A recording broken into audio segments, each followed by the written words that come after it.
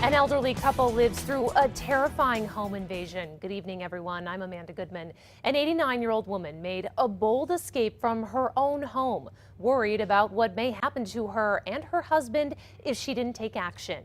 News 13's Gabrielle Burkhart spoke with the woman. She has her story from the Newsplex. Gabrielle? Amanda, the woman tells me two men had been at her house during the day asking for water. She says it's the same two men that later broke into her house and locked her in a room. When two men broke into this home in northeast Albuquerque and woke up Shirley Adams shining flashlights in her face Friday night, she had only one thought. And I thought about all the elderly people that have robbers or whatever come in.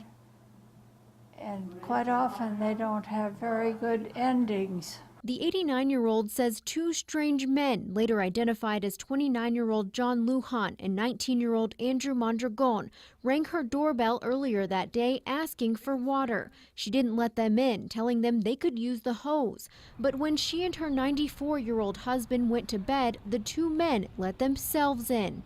I said, "Now my husband is older and please don't hurt him." She says her husband stayed sleeping as she was taken into another room while the men ransacked her house. And he turned out the lights and shut the door. And I thought, well, if I'm ever going to do anything, it's going to have to be now. That's when Adams broke out the screen, climbed out a back window barefoot into a bush. She navigated toward the 6-foot wooden fence where she managed to climb over it, falling into her neighbor's yard. I wasn't thinking of anything except what the bad consequences could be if I didn't get help. Her neighbors called 911, and when police arrived, they found Lujan hiding under the victim's bed and say Mondragon tried to get out through the window. Adams says she's thankful she and her husband are all right. I am not a brave person. I was operating on adrenaline, I guess. Adams says the bruises on her face are from a previous fall, but she did hurt her ribs climbing over the fence.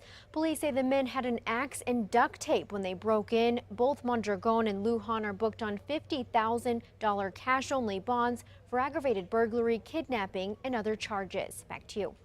Okay, Gabrielle, police say it's unclear exactly how the two men were able to break into the couple's home. Adams tells us it could have been the doggy door.